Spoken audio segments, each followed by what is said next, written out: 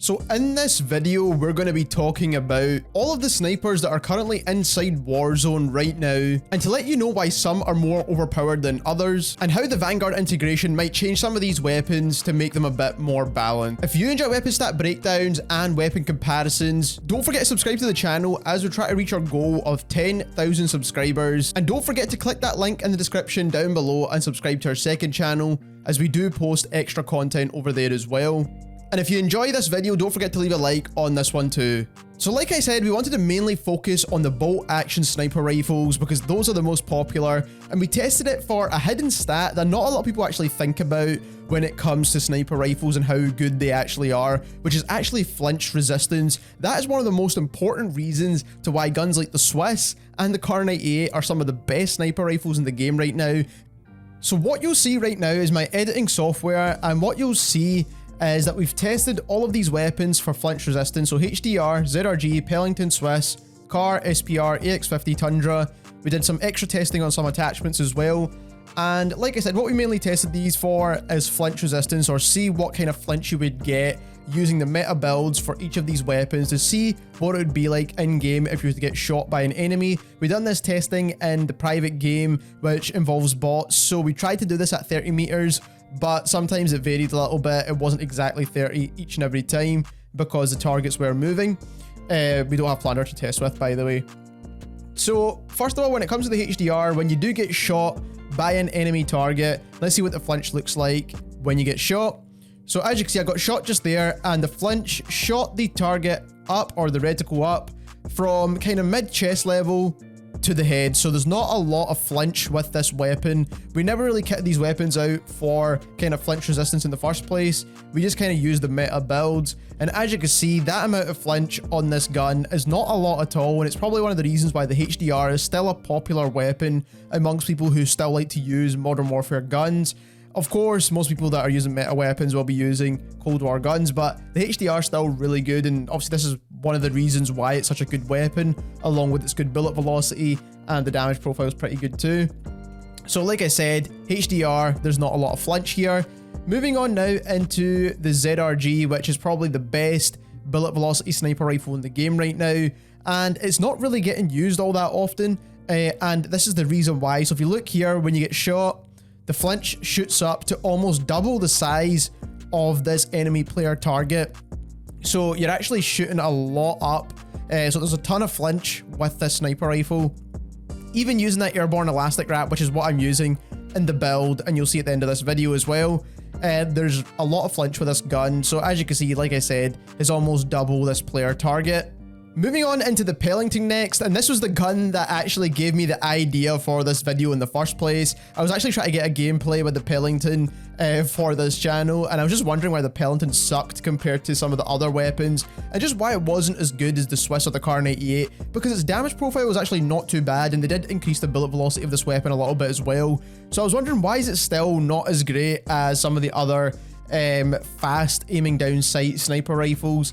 And this is the reason why, is because the flinch resistance is terrible on this gun. So if you see here, I'm aiming down, this is roughly 30 meters, once again similar to the HDR and ZRG test, and I get shot and it shoots up considerably. So there's a lot of flinch with this gun. So like I said, I get shot here and it shoots up a ton. So if you just get shot from someone and you're trying to land your sniper at a headshot, as you can see, I'm aiming between like the shoulder and the head there. It's almost like a neck shot, more or less.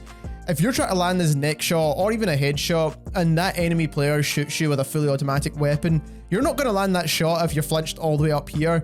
And that is why this gun isn't very good to use inside Warzone, or inside any game mode for that matter, because the flinch is just terrible, to be honest. That is so hard to try and use. You need to basically make sure every target you're shooting at doesn't know where you are in the first place. Moving on into some of the more meta weapons now. So we've got the Swiss, and then followed by that we'll have the KAR98, and you'll see exactly why these are meta sniper rifles and why people use them aggressively, and why it's so easy to use them aggressively as well. So if you look at the actual flinch here, that is the flinch on this weapon. So it goes up, this is me moving one frame back, one frame forward. That's how much this gun flinches when you get shot, and that's not a lot at all. I mean, it pretty much doesn't move at all, let's be completely honest.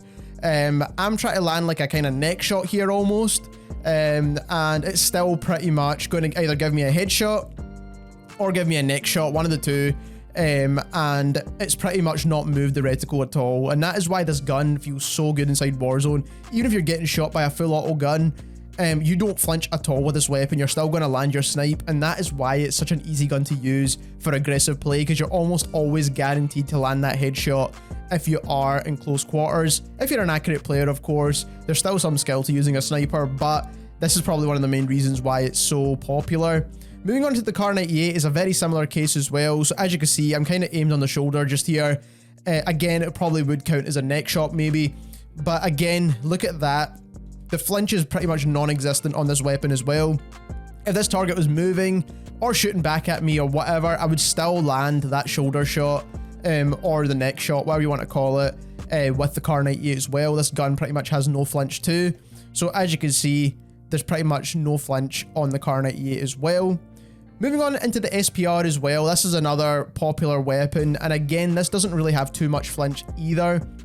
So if you look at the flinch with the SPR, it does kind of go up and like past the enemy player's head right here. So this is the enemy player's head. I'm aiming at the chest at the moment, and it does go up a little bit over, but if I was aiming any lower, for example, which most people do tend to aim like center mass most of the time, then I probably would have got a headshot instead of a chest shot or whatever. But this is still not a lot of flinch on a sniper, and that is why the SPR still gets used quite a bit inside Warzone or Rebirth. Then we've got the AX50, and again, the AX50 does pretty well when it comes to flinch resistance. If you get shot, so again, this player is at a 30-meter distance, might look a little bit different because all the scopes are different, plus the targets are moving a little bit as well, because like I said from earlier on. But again, I get shot here, it does shoot up a little bit, kind of similarly to the SPR before it, but the SPR had a little bit less flinch in my opinion. But like I said, this is not a lot of flinch, but it's nowhere near as good as like the Swiss or the KAR98. So definitely a usable gun, even though the HDR does have a little bit better bullet velocity too. And that just kind of means you're more consistently going to land that headshot or neck shot as well, and that's why the HDR feels a little bit better, even when you're getting shot at. Now we tested the Tundra as well. Again, the Tundra has a ton of flinch. You can see the enemy head right here, but still, this gun just has way too much flinch, even though the Tundra is one of my favorite weapons to use, one of my favorite sniper rifles. That amount of flinch comparing it to something like the KAR98 or the HDR even, is just ridiculous, to be completely honest. You're just not going to hit your shots. So the next thing I actually wanted to test here was, can we fix this flinch resistance with certain attachments? Now, people would probably ask about maybe removing the bruiser grip and using the field agent grip, which helps with recoil. This is kind of like a recoil type thing, so it's kind of similar. Does it help with flinch resistance? Or maybe even using the 4x optic, does that help with flinch resistance? So what we're going to look at is the Tundra and the Pellington, because these two had the most flinch out of all of the sniper rifles. And the Modern Warfare ones don't really get used all that often, so we didn't really need to test that. Plus you can use that flinch perk, whatever it's called. So with the Tundra here, we tried the field agent grip with the Tundra and the Pellington to see if the recoil grip helps with flinch resistance. So we get shot here with the Tundra, and again, as you can see, there is still a lot of flinch with the Tundra, so that grip doesn't really look like it's helping all that much at all in this case.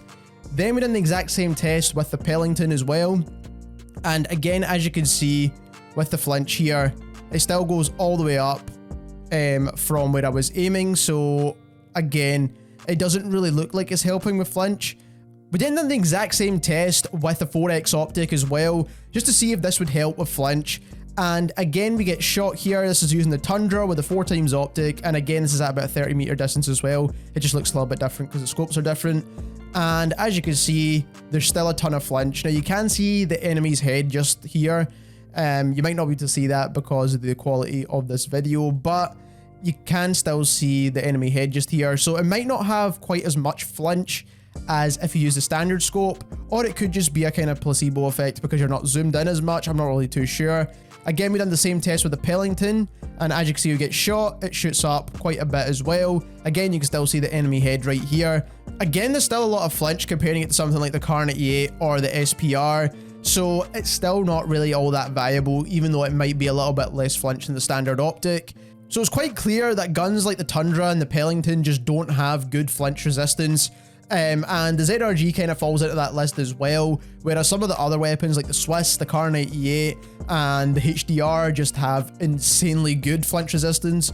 If you want to see the best builds for all of these weapons, you will see them flashing on screen just now. But one thing I do want to mention is the fact that I do think flinch resistance is really important, and I do think they should actually nerf some of the weapons when it comes to flinch resistance. Of course, this is mainly going to focus on weapons like the Swiss, the KAR98, because those are the two weapons that have the best flinch resistance in the game. But overall, I do think that is the reason why these sniper rifles have kind of taken over Warzone a little bit and can compete with many of the assault rifles or LMGs in the game, because they do have good ADS times, they have zero flinch resistance, and now with how slow the TTK is, they actually compete in terms of TTK as well, because they kill the quickest if you land that headshot. And this is something I do hope they look into when it comes to the Vanguard sniper rifles, and maybe adjust the sniper rifles that are currently in the game. I'm not saying add tons of flinch resistance to all the snipers, but definitely make it so it's balanced and you need to use sniper rifles at long range. But if you enjoyed this video and you learned something new, don't forget to subscribe to the channel as we're trying to reach our goal of 10,000 subscribers, and click that link in the description down below and subscribe to our second channel. We do post extra content over there as well, and thank you very much for watching.